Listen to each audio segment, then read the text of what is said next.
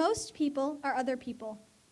Their thoughts are someone else's opinions, their lives a mimicry, their passions a quotation. Oscar Wilde. Now I know it's a bit ironic to be quoting something about people's passions being a quotation, but I feel that this quote makes my point rather well. I'm here tonight to talk about what we hide. You don't have to physically answer these questions, but just think about how your actions apply. How many of you have said you believed in something you didn't just to fit in? How many of you have hidden embarrassing secrets just so you wouldn't be shunned by your peers?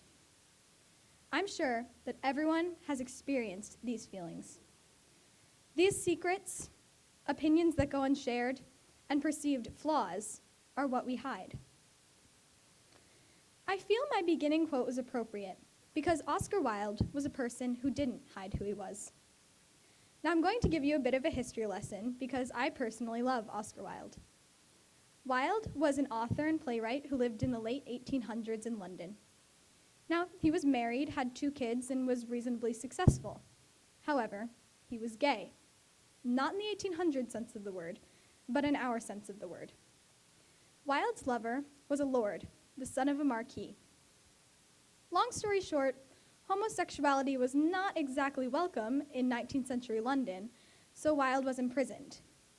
While in prison, he wrote a 50,000 long word letter to his former lover, which he was not allowed to send at the time, but was later published posthumously as De Profundis.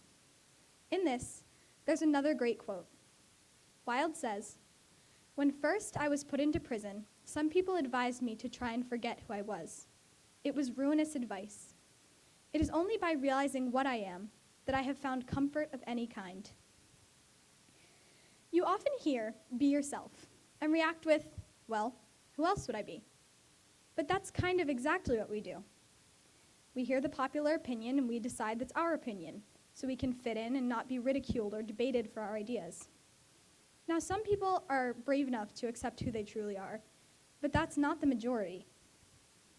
People say, "let your feelings out, or you'll bottle them up and explode."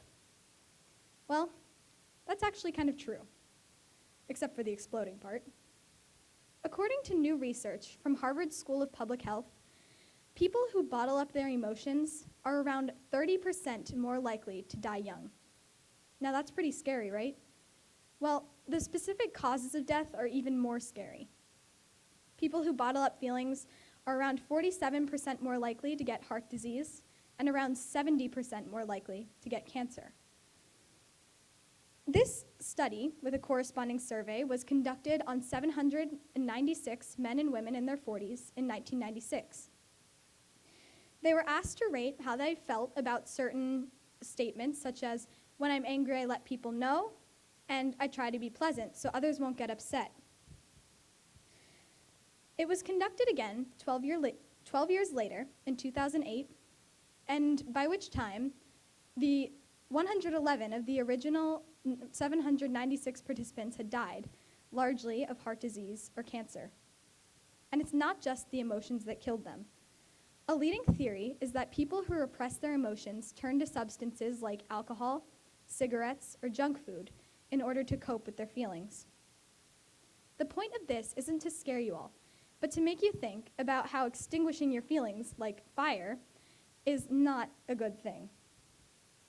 Regularly expressing emotion can be nicely wrapped up into one word: vulnerability.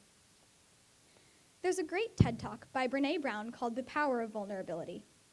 She asks a question about shame we feel when trying new things or expressing our emotions, which I think can be used every day. Is there something about me that if other people know it or see it, I won't be worthy of connection? This shame is what holds us back.